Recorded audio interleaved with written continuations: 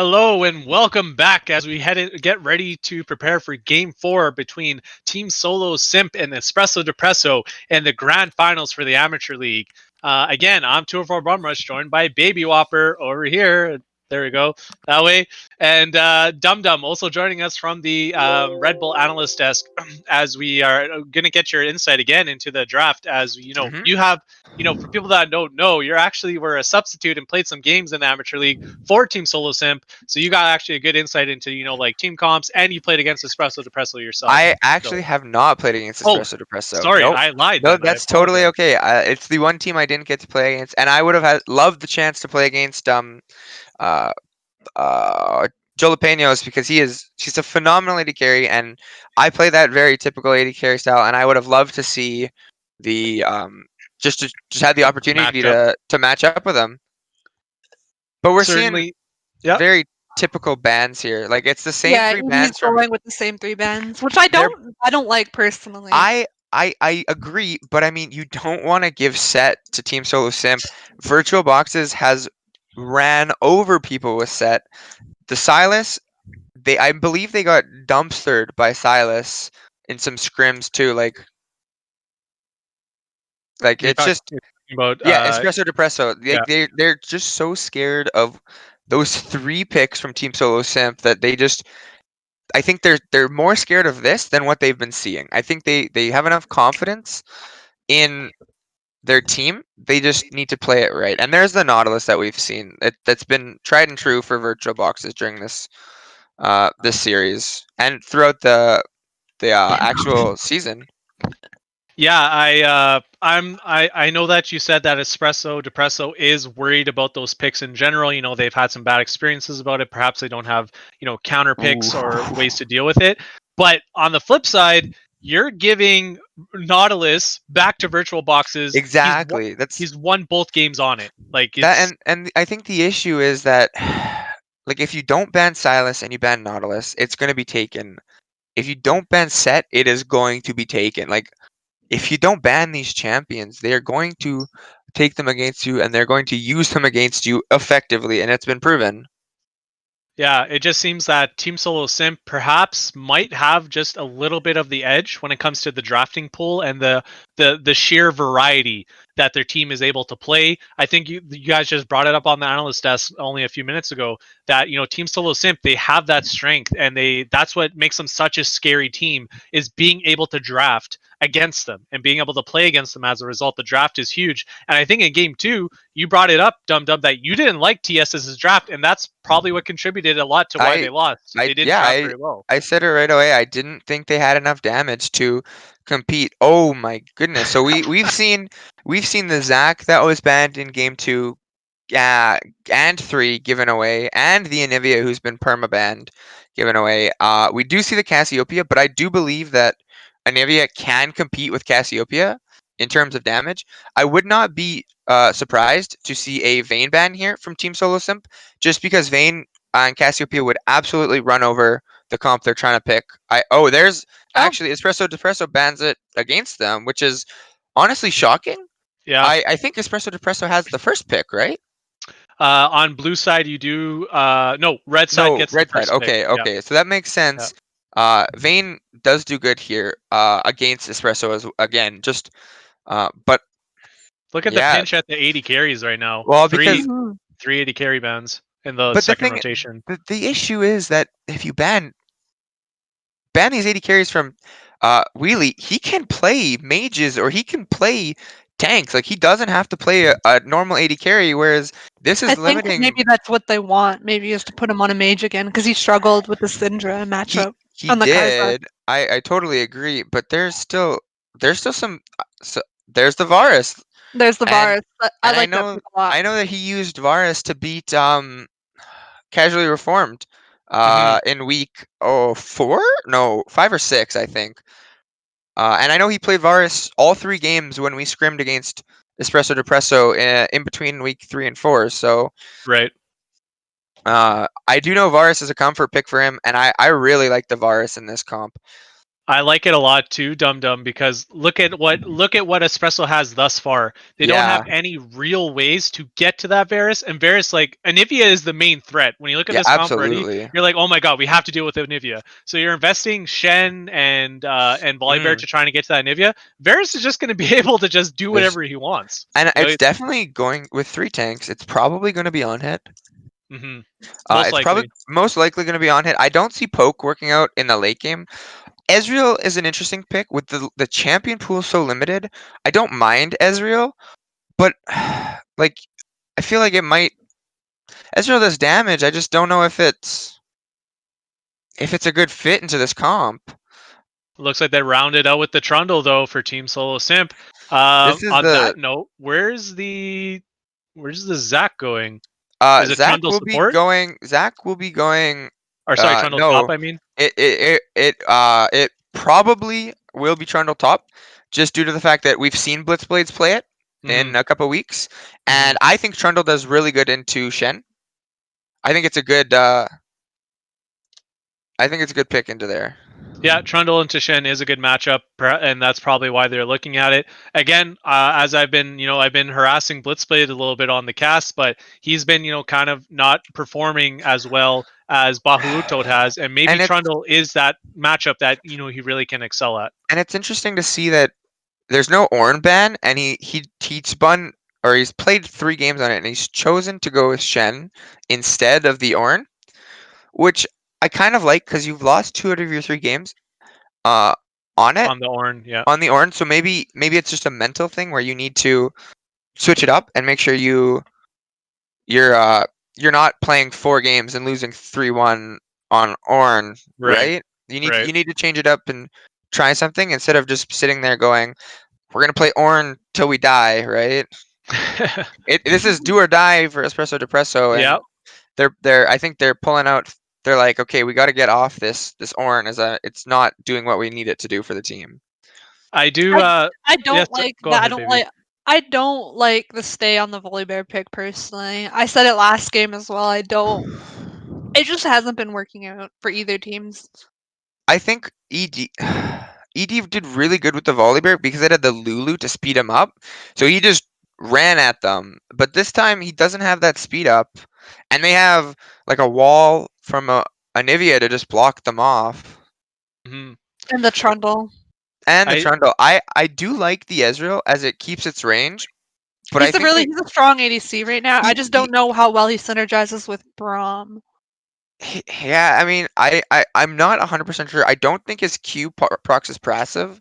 His passive. I think it It does. does, but I it does. believe it. Yeah, Yeah, it it does. does.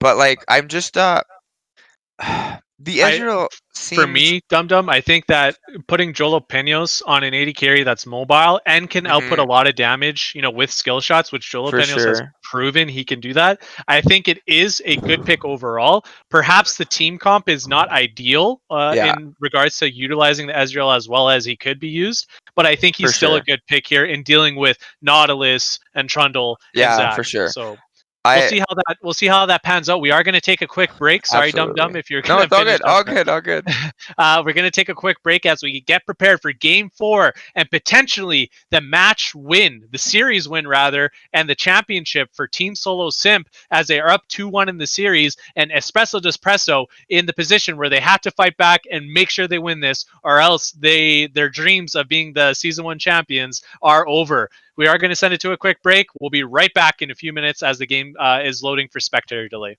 Thing was happening, but I was like a couple seconds behind, and I was like, okay. You're like, wait, that's not happening. Hey, we're live, and welcome back, Twitch, to the grand finals of the amateur league for for Manitoba Esports. We have TSS, Team Solo Simp, on the red side this game, and Espresso Depresso, I apologize, on the blue side for Game 4. The series is 2 games up for TSS and 1 for Espresso Depresso. So this is do or die for Espresso Depresso as they head into this game. And let's see if they have what it takes to challenge TSS and pull the series back and go into game 5 and cue the Silver Scrapes. We'll see if that's going to happen, but based on what I've seen, TSS is looking really strong in games 1 and 3, and I think that they have the momentum heading into this game. Baby Whopper, what do you think that this is going to look like for this I'm game? actually really like torn in this matchup because we're seeing some new champions we haven't seen played yet, especially like in the bot lane here for ED. Yo, So, Dinzy, hit that scoreboard, by the way, brother. Sorry, just oh talking yeah, to our streamer. no, but yeah, Yeah. there's a lot of new champions we've seen, so it'll be interesting to see how this game plays out for them. I feel like it's anybody's game. We just gotta hope that ED doesn't let the mental get in the way here. Yeah, it is like it is a grueling series in that sense, right? You already played 3 games. You haven't played a best of 5 all season. It's only been BO3s. So now you're being asked to go to a game 4 and potentially a game 5, and you're down in the series in Depresso's position. It could be really mentally taxing and really mentally tough. So especially after last game where, TSS kind of ran over them and dominated the game. So we'll see how ED is going to be able to pull it back. They did let Anivia through, though, which is Revivenation's pocket pick. That's the one champion, if you're talking about any, kind of competitive player, and they always have that pocket pick, you don't want to ever let them have it. Turns out that, Revivenation got it. So we'll see if it is going to be that difference maker, if Roxors is able to deal with it.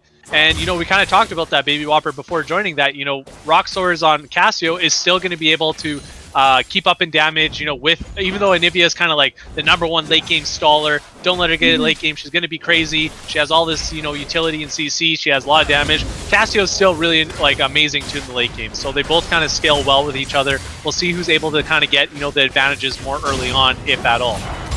But again, we say it's the bot lane focus as always, and look at this. Virtual Box is already starting off aggressive, poking Carl DR down to below half HP at 2 minutes and 20 seconds into the game. Bahuoto getting his, his prowess up in the top lane. I don't know, Baby Whopper, it kind of seems like, it's, again, I use this word, but deja vu, it's the same thing kind of happening again. Yeah, exactly.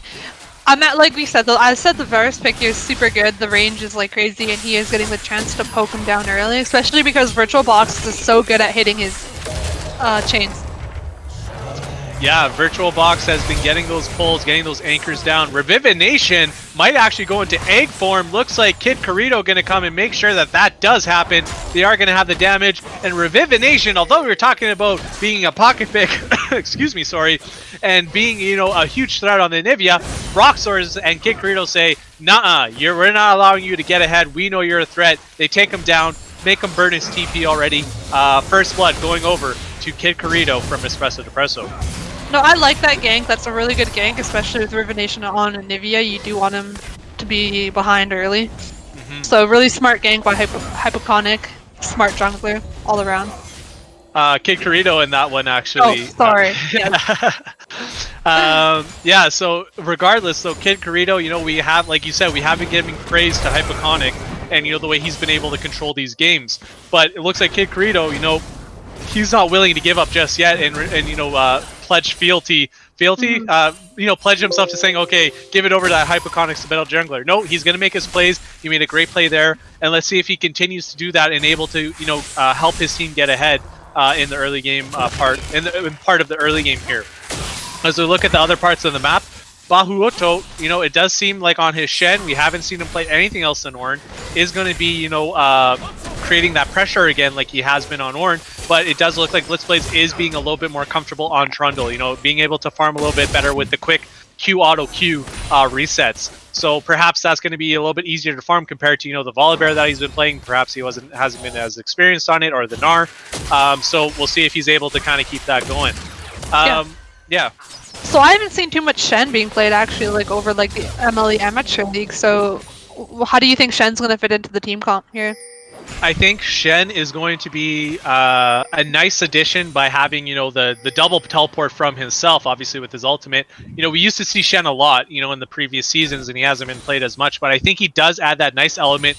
Cassiopeia, Roxors, he's been running teleport all these games. He decided to run Ignite this game. He wants to kill Revivenation and make sure that he's not going to get ahead. So I think having Shen to have that extra teleport support, actually he's the only one to teleport. I thought maybe Jalapenos was going to run it, but he decided to run Cleanse instead, which, is good considering the CC and bot lane.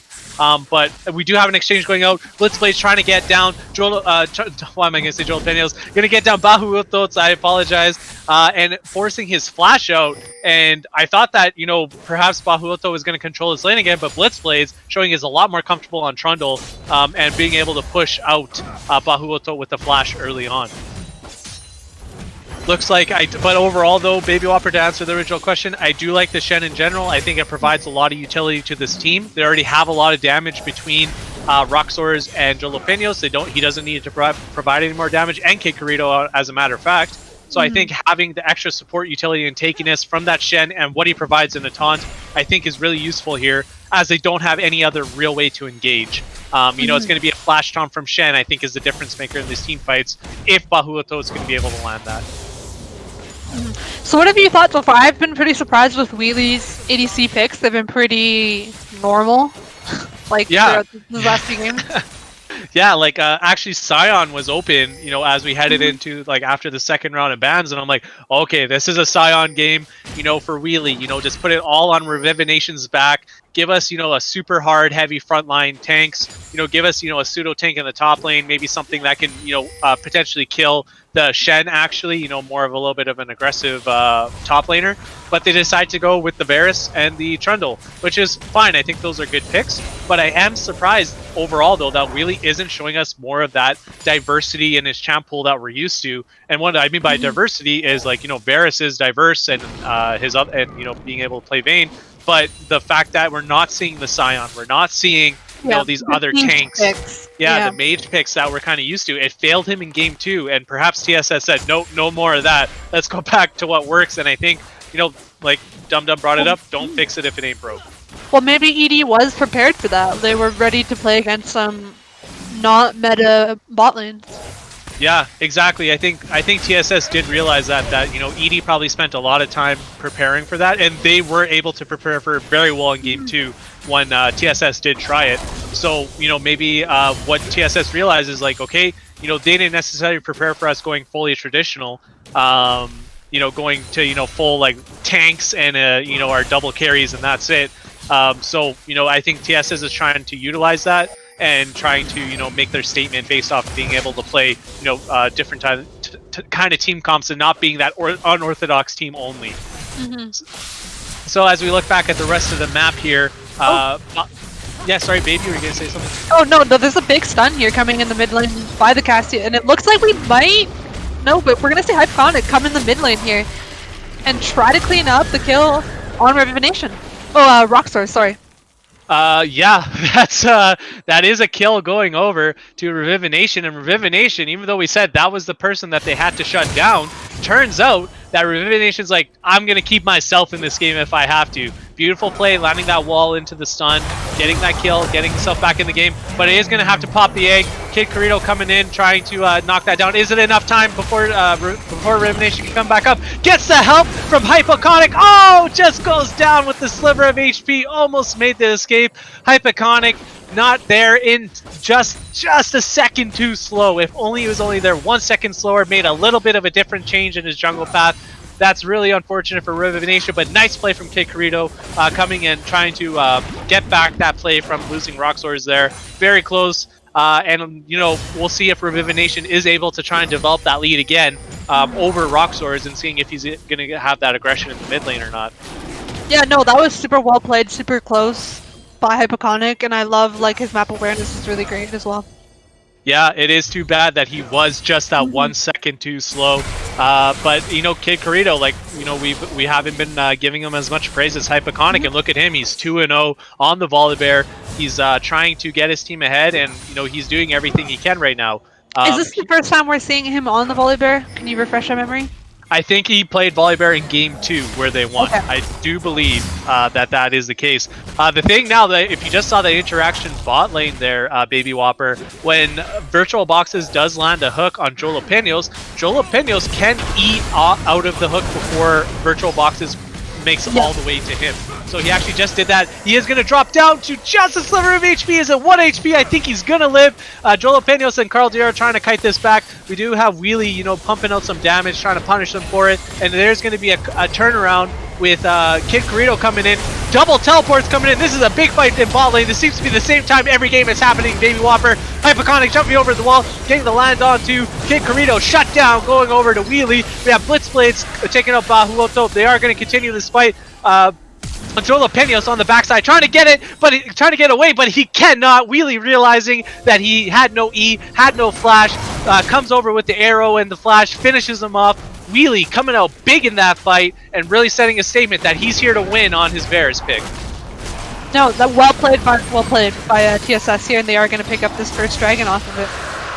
Wow, I'm already losing my my focus here, Baby Whopper. Like, every single game, I don't know if these guys talk to each other off stream or something. It's always around the 10-minute mark, the first dragon. They're all ready. They're like, we got our TPs up. They're like, they're ready. Let's just go all out. Let's fight. Let's fight. And that's why we talked about how, you know, both these teams are very bot lane focused, right? They want a lot of things to happen through bot lane. They like to do or die through bot lane. Even if mid's getting ahead, that mid is roaming bot to get bot lane ahead. That's all they want. They want Wheelie, or they want Joel Peños to be the ones that get ahead and carry. So very, very fun and exciting. But TSS is ahead, and look at Revivination now. He's in a compromising position. Hypoconic trying to come and save him. He ends up popping his ultimate, but not enough. Isn't going to get away. Virtual Boxes is here to also back it up, but not in time. Revivination getting caught out on the Anivia, and you know his name didn't help him there. You know he didn't have the egg to revive. So you know good heads up play coming in from Espresso Depresso to realize they had the opportunity to punish him, and they did. No, Kid Corrido's stomping right now in the volley bar. Looking like a new man out there. I know we were giving him a hard time, but he's really showing what it takes, and you know, Volley Bear really showing something. Hypoconic actually gets taunted mid-air. Good heads-up play from Bahuoto to not let that land and actually just get away safely. Bahuoto, you know, quick fingers there. Maybe he saw him actually. I think he does have a ward, so he was able to actually see him, you know, ramping up and was waiting for that to happen. So good play from Bahuoto and getting the vision there. And again, Joel Peños, every time you hook him, he's just going to actually end up, you know, eating away. That's, you know, that's one of the tough things and one of the reasons why Ezreal actually is a good pick into Nautilus, and perhaps why they let it go through this time. No, he's a true lane bully, really strong right now. Oh, and now that we kind of like have a minute to kind of breathe and look again, but not really, because Hypoconic is going to go in again with Blitzblades. They do find Kid Corrido over here by the Rift Herald, and he is going to be able to just plant away safely. They don't have enough damage quite yet to burn him down. We have the ultimate coming in onto Joel Peños, double ultimates rather. They are going to be able to burst down Carl Dr. He will not be able to get away. Bot lane starting to heavily tilt in the favor of Wheelie and Virtual Boxes on Team Solo Simp, and Joel Peños and Carl Dr. They're just getting... And they're going to lose some plates for it. No, the bot lane's going to be very hard versus the Varus Nautilus. You're going to have to waste your E's trying to get out of the hooks.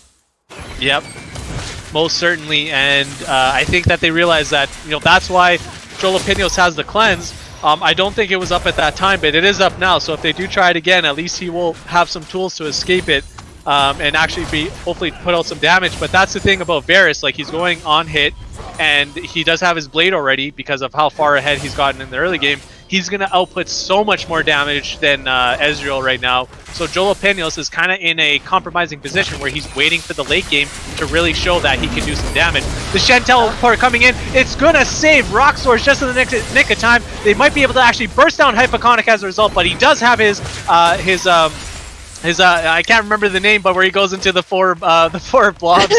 Yeah. I don't remember the name right now. I'm sorry, but his passive. Actually, he might get picked out here by Carl Dr. Carl Dr. throws a Q. No, he's just going to leave it alone. The double revive in mid and jungle is actually kind of funny if that was to happen at that time.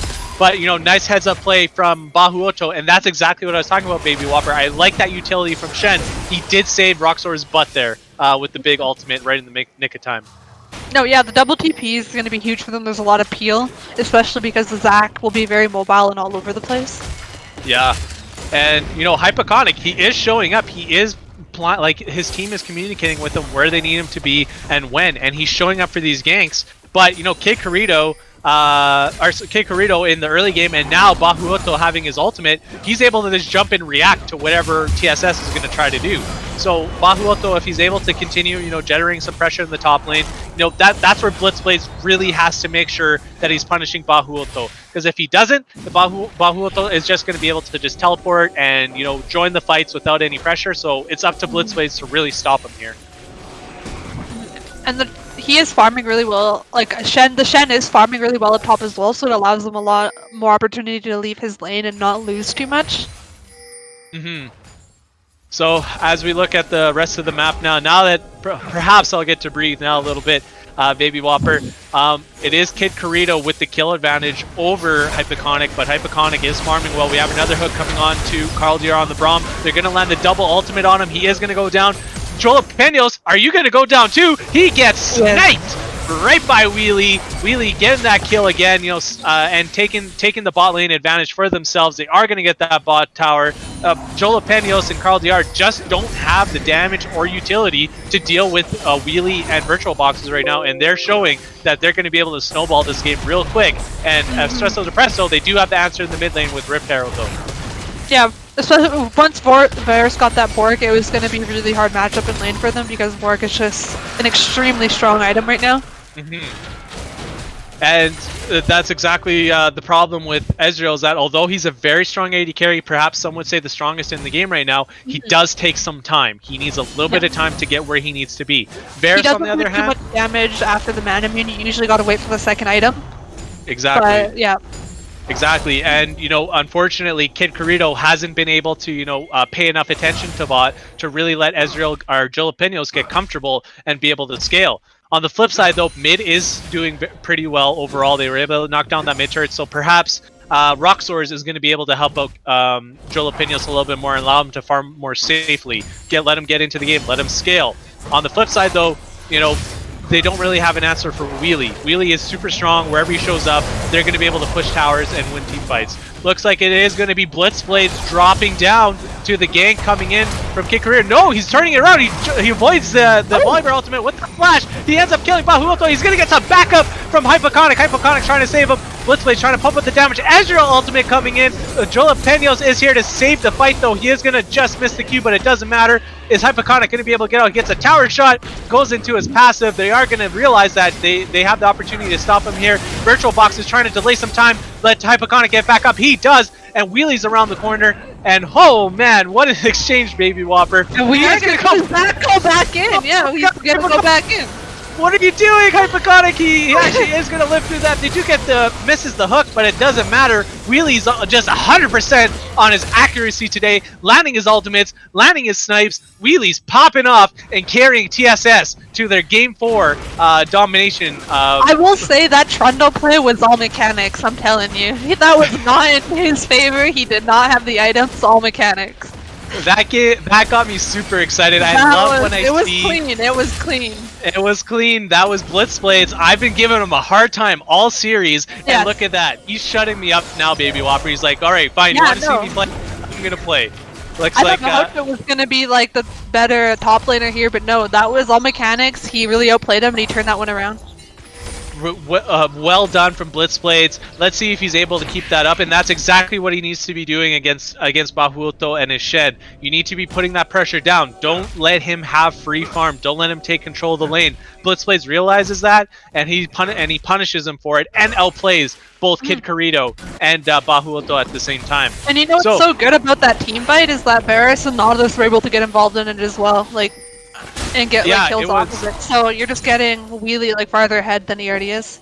Because, exactly, that has a huge chain effect. Because Blitzblade made that amazing micro mechanic play, stalled out the fight longer, and allowed Hypoconic to show up. Hypoconic then was able to stall it long enough, so Virtual Boxes showed up. Yeah. Which stalled it so Wheelie could show up. Yeah.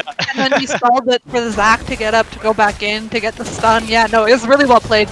Well communicated by the team.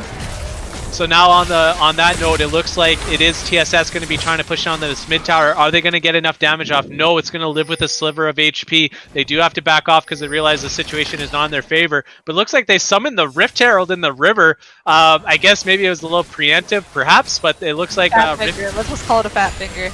Yeah. Looks like Rifty is going to be heading over there to that tower. I think it's heading to the top lane. Am I crazy? I don't know where Rifty's heading. I can't tell 100%, but it looks like Wheelie is going to land down his ultimate, but it is going to be a cleanse from Jalapenos. Wheelie forgot about the cleanse, and he gets punished for it. Looks like it is going to be a 1-for-1 thus far. Zach trying to set up some CC to take him down, and is Bahuoto going to drop? No, the hook actually hits Jalapenos, but he ends up going down for it. Carl DR gets virtual boxes. Hypoconic takes Carl DR on the flip side, and Jalapenos is still alive while Wheelie is not. And a huge turnaround for Espresso Depresso to, even though that's a relatively even fight, it is huge for them since they were falling behind. They need to at least stall the game out a little bit longer to scale. Hypoconic jumping in under tower without his passive, gets punished for it heavily. They do get the tower, but is Blitzblitz going to go down for it now? He's going to just barely live, Baby Whopper. Yeah, and I don't think Ezreal has his ult up either, so I think they should be good here. Oh, my never goodness. mind. I lied. He just threw his ult, but don't think it did too much damage. No, not enough to take care of that. It actually did pop Revivination's passive though. It did do something. So okay. You know, Egg is not going to be available, so Revivination will not be able to revive for the next 5 minutes. I believe Hypoconic's passive should be up relatively shortly too, so at least he will have that. But this game is, I don't know, they like TSS, as soon as you think the fight's over, they want to go right back in. They have been doing that all series, and I think that's really was catching Espresso Depresso off guard at first, but now they're prepared for it. They know that TSS doesn't want to let the fights just end. They want to keep fighting, so now they're prepared for it. They're like, fine, come back in. We're gonna have an answer for you. With a Nivea egg and like the Zap blobs, you can always keep fighting as long as people guard your corpse or whatever you want to call it. Yeah, the whatever. Yeah, exactly. The frozen. Yeah. There is the dragon picked up, the third dragon going over TSS. They're going to be worried about the soul now. Espresso, sorry, is going to be worried about the soul, and they will have to be keeping track of that. But Baron is the next objective. Hypoconic does find out Joe Penio's not going to be really able to do much against Ezreal. He's going to be able to just get all that regardless. But they are being able to put down some pressure in the mid lane here. He's going to get his proc on it. Yes, Virtual Box does. He gets stunned, but he also has his hook to get away. Hence why Nautilus is such a good champion. Jalapenos is trying to pump out as much damage as he can. He wants to punish him, but it's not quite enough. Jalapenos needs some more time to keep on scaling before he could do something like that. Whew, as the teams are now poised to fight around Baron, it is Team Solo Simp with the lead. I see you posted in Twitch chat there, Baby Whopper. Thank you. Yeah. for trying to find that out. But no, yeah.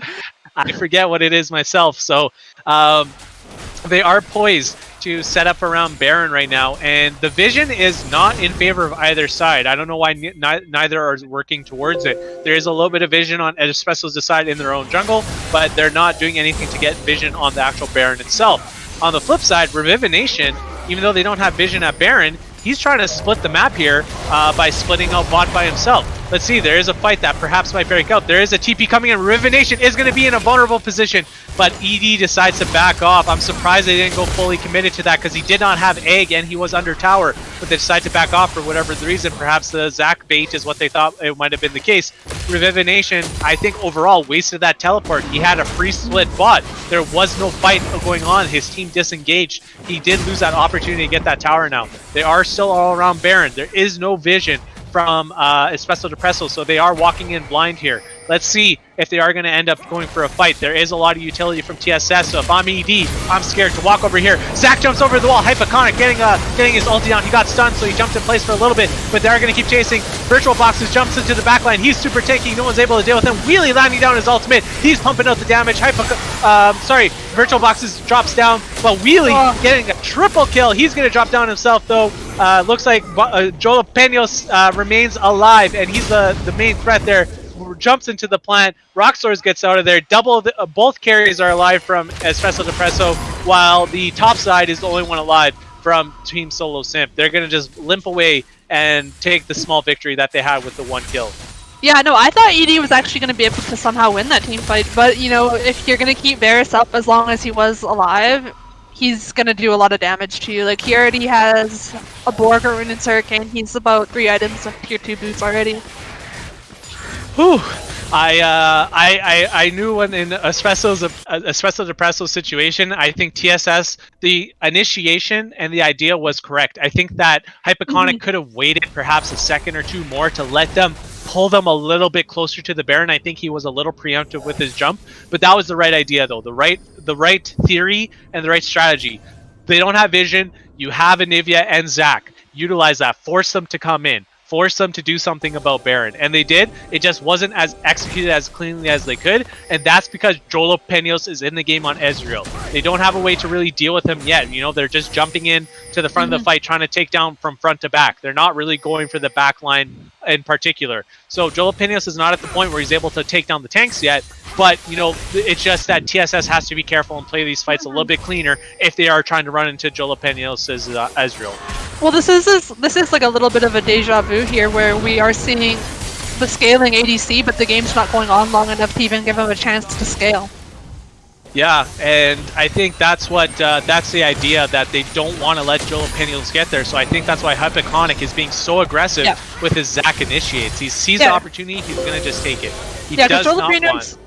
Even though he died 3 times in laning phase, he still has like almost 200 CS. So yeah, he's good at farming. He is trying to keep up his relative tempo to where he should be in the game at 26 minutes as Ezreal. He is doing everything he can. I think his team is leaving the lanes alone for him to go and catch it, get that minion wave, get the minion waves, and try and generate his gold, since he's not able to get it through kills right now.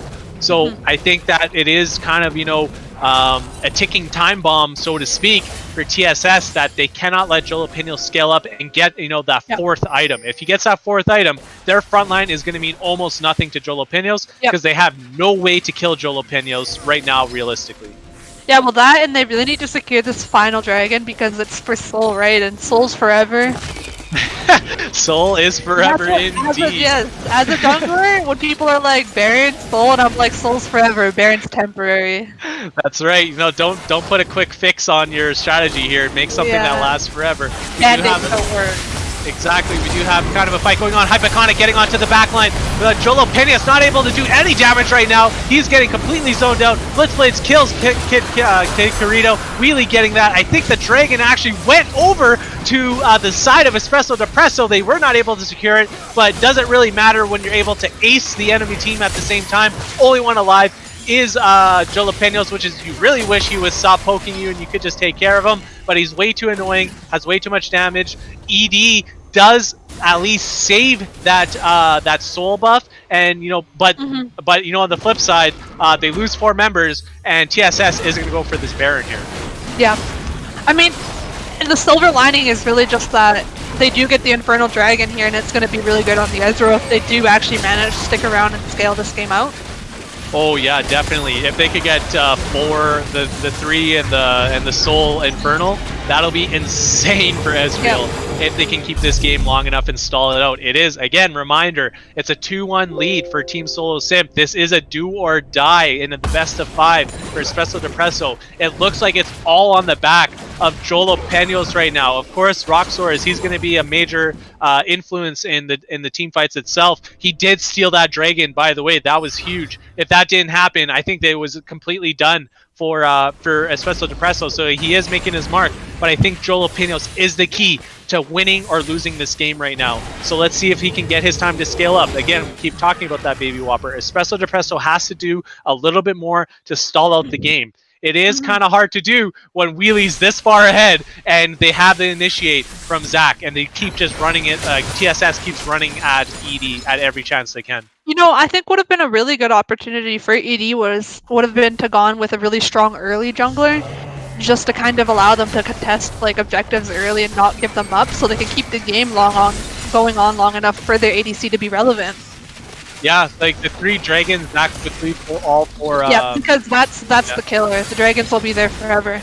Yep, and you know, like you said, I agree, Baby Whopper. Maybe they should have rethought their strategy a little bit. You know, try and, if they do want to take that Ezreal, you know, they need to think about how they can get him to the point where he is going to be able to carry. Yeah. And right now, they're not. He's not being able to get to that point. He is still only on 2 items. Sure, he's strong, but we do have Hypoconic coming in. It looks like Roxor is actually going to get out of the fight immediately. They're going to have a huge damage source missing. 3 kills already going over to the side of Team Solo Simp. Is it going to be a 4th? Hypoconic jumping to the back line. He must have cell division available. Triple kill coming in for Wheelie. That's an ace for Team Solo Simp in Game 4 of the Amateur Grand Finals. And Baby Whopper, I don't know about you, but I think that's all she wrote. I think that is the GG's, and it looks like a GG. Whew. What Baby a game! Whopper. What a game. What a series, Baby Whopper. I had a hell of a time casting this one. I think it was literally like a different superhero each game. There was literally a carry each different game. For each point, when I look back at